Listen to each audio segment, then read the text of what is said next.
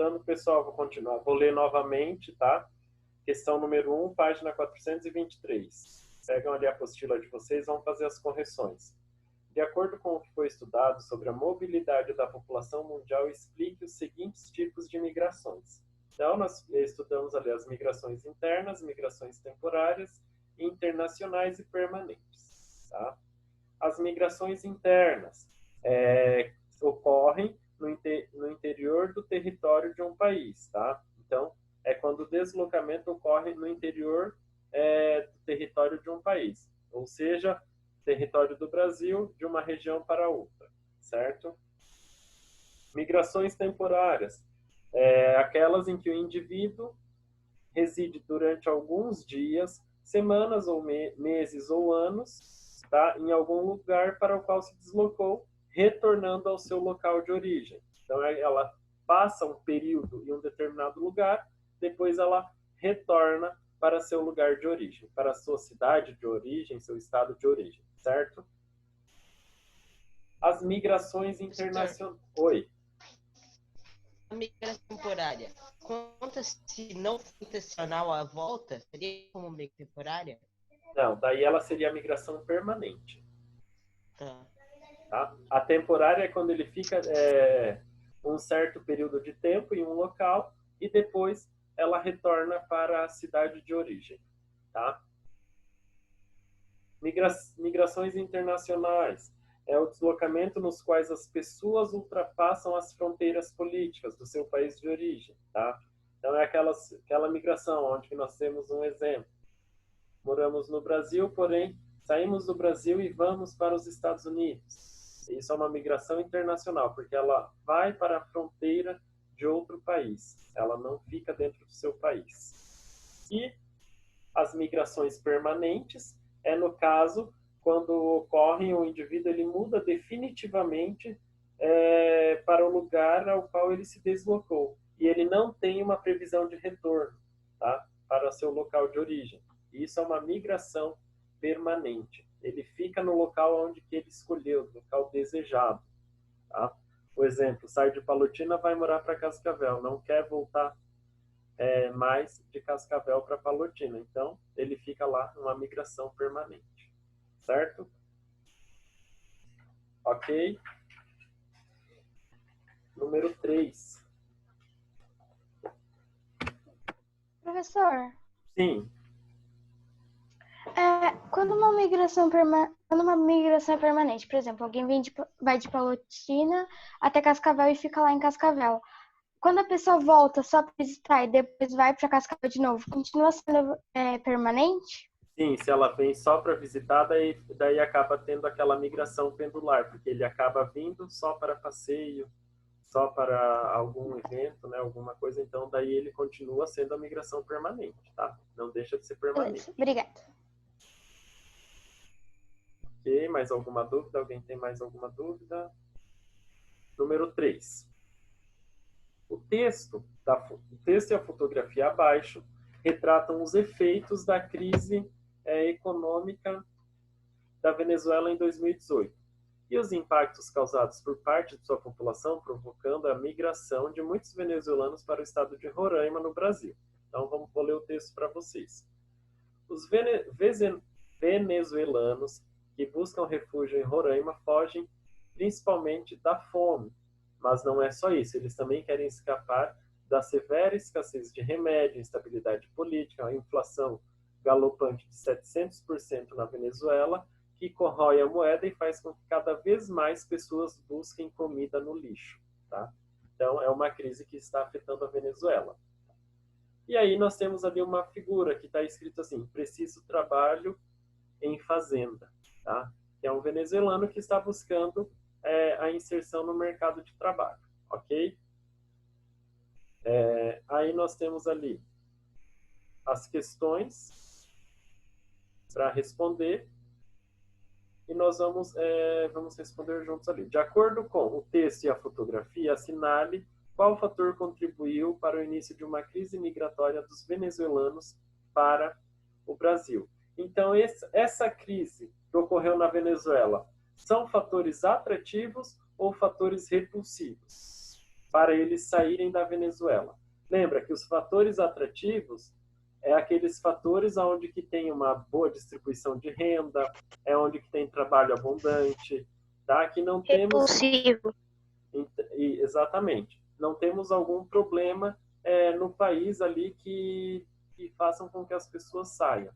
E os fatores repulsivos é aqueles que fogem o quê? De crises políticas, crises financeiras, em busca de melhores condições de vida. Então, o que está acontecendo na Venezuela são fatores repulsivos, que fazem eles saírem do seu país e buscarem uma melhor condição de vida em outro país. Tá? Aí, no caso, a fronteira mais próxima para eles estarem vindo é o quê? É a Colômbia ou o Brasil. Tá? Explique os motivos da crise migratória de venezuelanos que estão associados aos fatores que você assinalou na questão anterior. Então, essa crise migratória de venezuelanos ela é motivada por fatores repulsivos ligados a condições sociais e econômicas, como a baixa qualidade de vida, desemprego, crise financeira no país. Tá? E também ali nós temos a crise da escassez de alimentos, de remédios, que também estão afetando toda a população venezuelana, certo? Tranquilo até aqui? Aí nós temos a número 4, tá? O texto da página 401 revela que os haitianos são destaque entre os imigrantes do mercado formal do Brasil.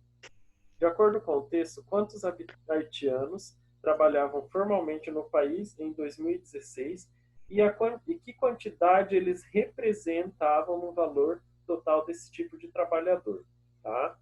Então, nós temos lá o texto da página 421 sobre os haitianos no mercado de trabalho no Brasil, tá? Então, nós temos lá uma relação, né? Que fala que o dado em relação anual da informação social de 2016, o Ministério do Trabalho, dos 115.961 trabalhadores não brasileiros contratados formalmente no Brasil, do ano de 2016, no caso, né? 26.127 pessoas eram originadas do Haiti, ou seja, 22,53% do total. Então, ali vai perguntar, de acordo com a quantidade que representava no valor total desse tipo de trabalhador. Então, conforme o texto, em 2016 haviam 26.127 trabalhadores haitianos no mercado formal do Brasil, que representava 22,53% da população total daqueles 115 mil trabalhadores que o texto apresenta. Certo? Então, essa é a resposta da número 4. Todo mundo conseguiu responder?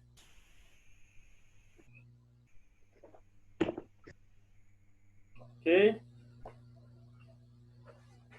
E nós temos também a questão daquela página 425 para completar lá no que estudei, que faz uma referência ao capítulo todo.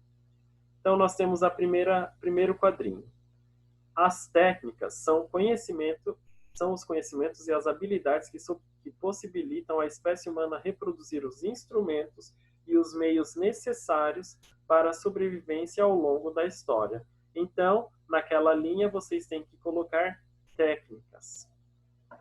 As invenções tecnológicas passaram a ser desenvolvidas e difundidas com mais rapidez a partir do século XXI, com tecnologias sofisticadas. Tá? Então, aqui, as invenções tecnológicas. Continuando, muitas atividades econômicas ficaram mais reprodutivas e dinâmicas, como as relacionadas a produtos eletroeletrônicos, de robótica e do setor de serviços. Então, nessa linha, atividades econômicas. O aprimoramento das técnicas e o crescimento demográfico permitiram a ocupação dos lugares mais inóspitos da Terra, como as zonas geladas dos polos e as regiões áridas e quentes dos grandes desertos. Então, aqui, crescimento demográfico, polos e desertos. Professor, Sim, qual é a segunda que eu não ouvi? aqui, É. atividades econômicas. Ah, tá, muito obrigada.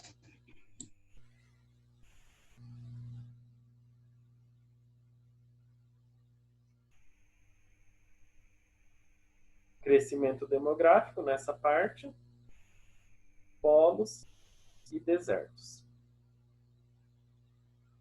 Um país é considerado populoso quando o número total de seus habitantes é bastante elevado. Já para classificar um país povoado, é necessário calcular e analisar a distribuição média de sua população no território.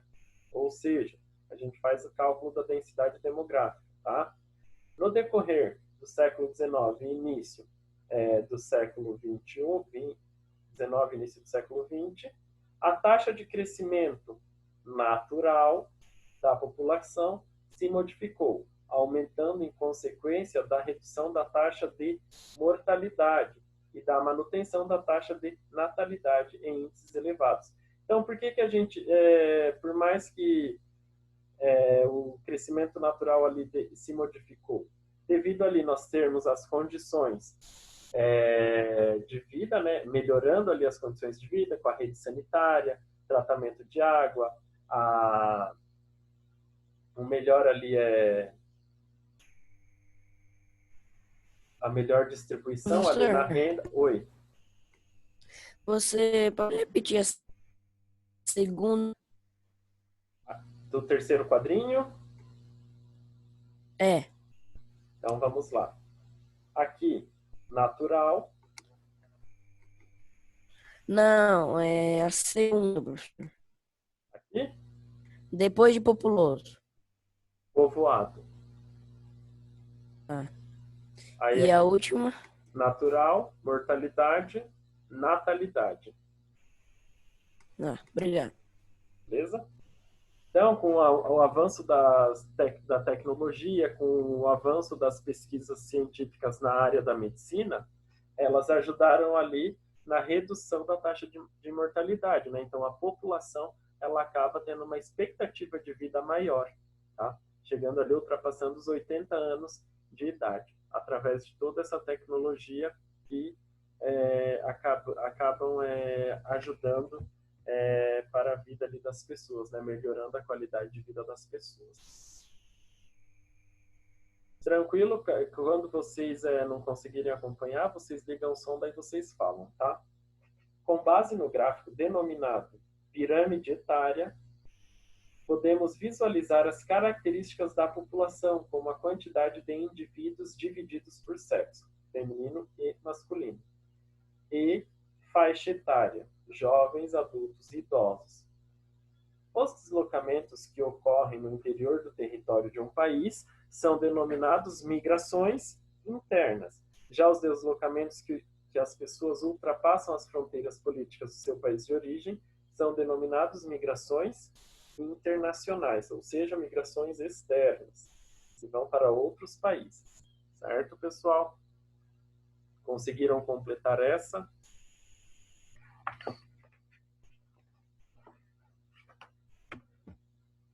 Qualquer dúvida, ligam ali o som que a gente retoma.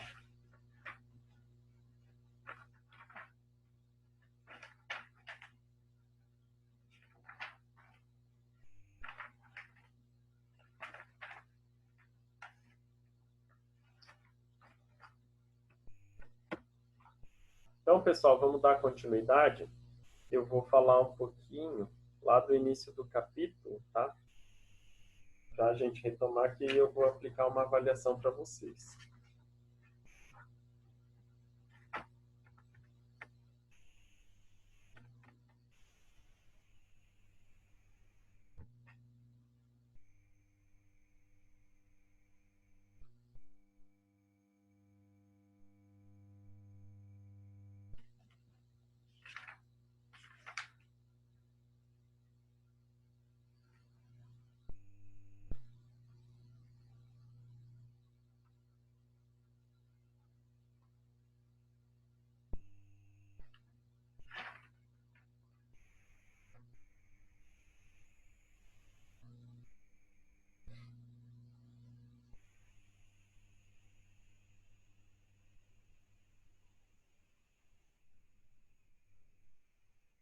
Só um minutinho, abrindo.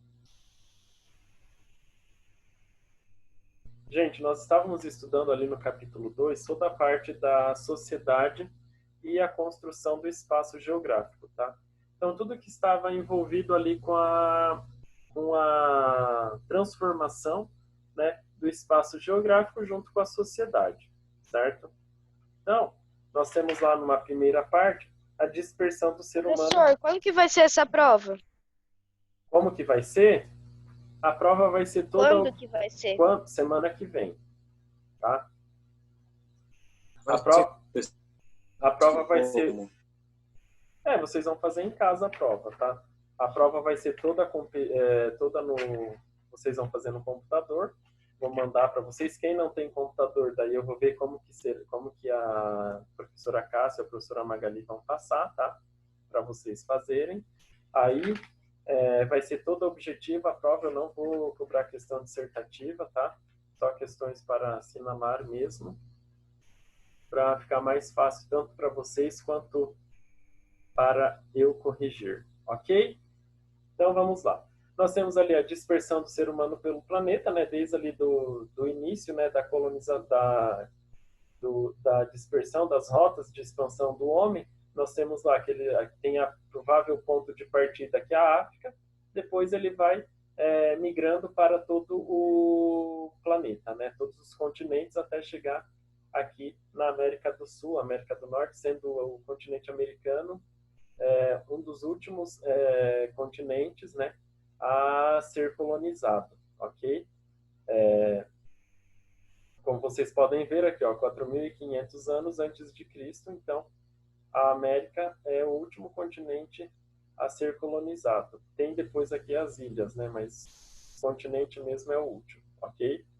Aí nós temos a divisão ao longo da história, né? Nós temos ali a dispersão pelo espaço geográfico dessas populações, e nós temos algumas técnicas da evolução, né? Primeiramente, as técnicas que eram utilizadas, nós tínhamos ali, para essa população sobreviver, nós tínhamos a agricultura, né? Que ela começa lá, desde aquela fase, no período onde que era toda com a mão de obra humana, com a ajuda dos animais, até chegar na parte onde que nós temos já a agricultura mecanizada, né, que é o processo ali da evolução do homem junto com as suas tecnologias.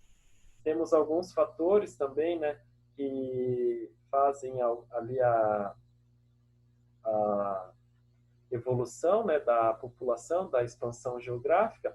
Nós temos ali inovações tecnológicas, como que a gente pode observar, onde que a maioria das cidades, ali principalmente nos setores de serviço, elas já têm a sua tecnologia inserida, né? Tanto desde a parte, toda a parte ali com a internet inserida, facilitando desde a agricultura até a parte de serviços, porém, em alguns lugares ainda nós temos aquela mantendo uma certa dificuldade na inserção da tecnologia. Por quê? Devido ali aos programas políticos que não chegam até essas populações. São populações mais carentes, que não têm condições, né, de comprar a tecnologia que possuímos hoje. Então, eles mantêm aquelas tradições antigas, principalmente na agricultura, em suas casas, né, mantendo aquela linha que vem ali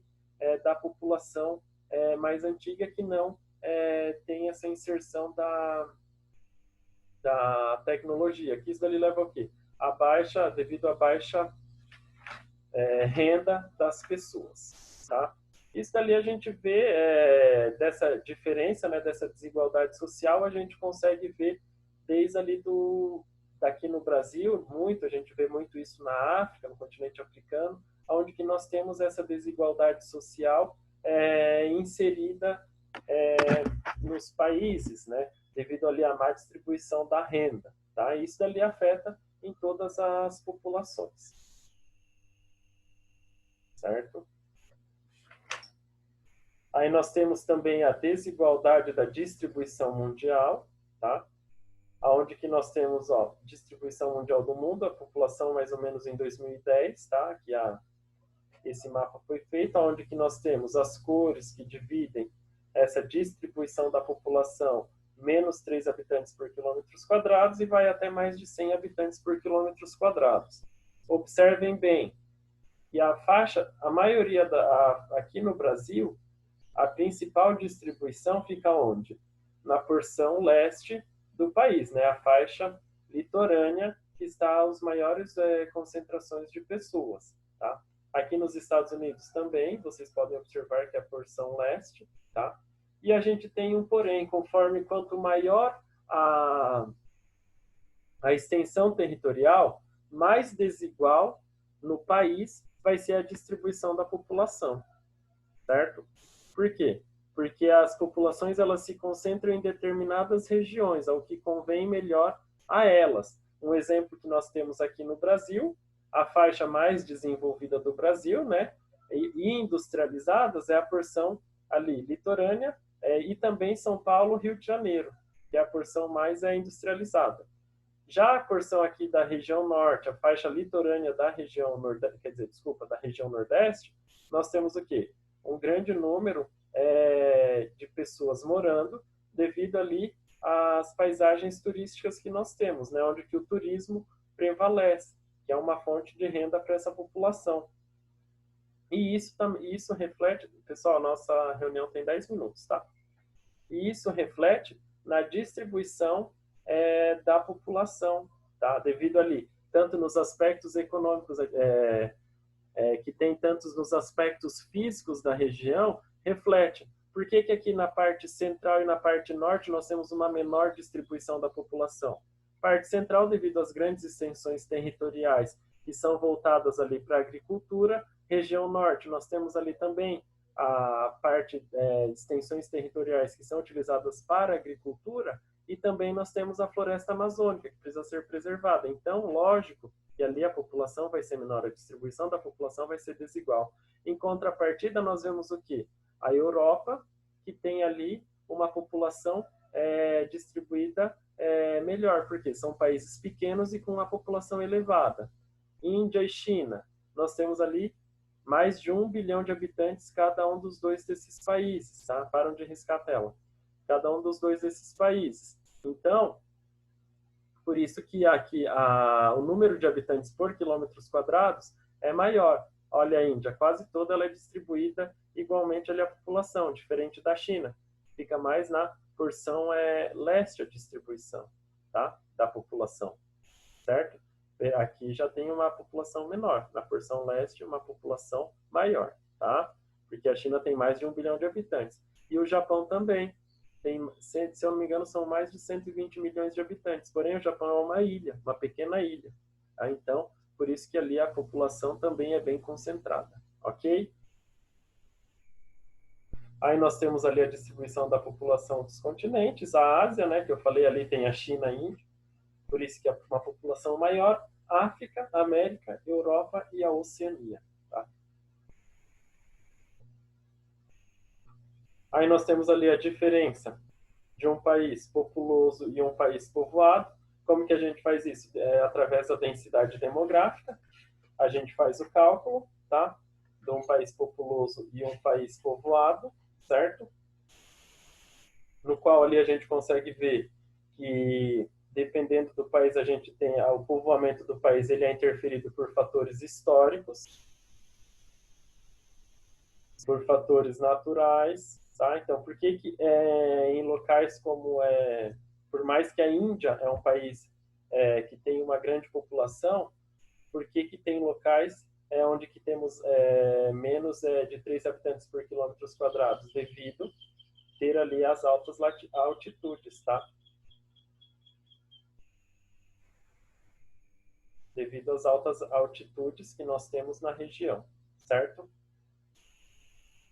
E também os fatores econômicos que interferem no número de pessoas que estão num determinado local.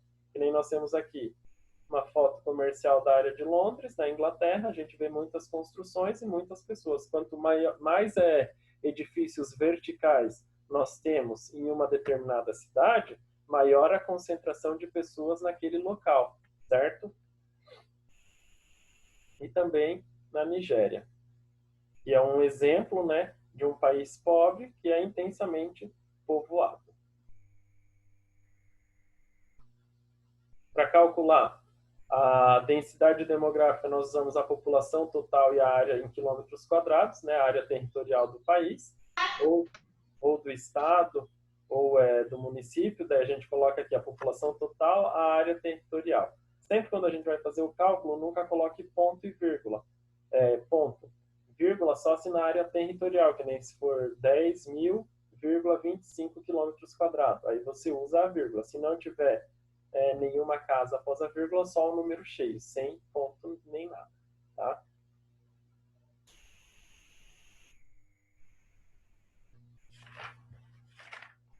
E também nós temos ali o crescimento da população mundial. Nós observamos, eu quero que vocês observem bem, que o crescimento da população mundial se dá ali entre os anos, temos aqui 1900, 2000. Deixa eu diminuir aqui um pouquinho a tela. Quem está mexendo no meu mouse?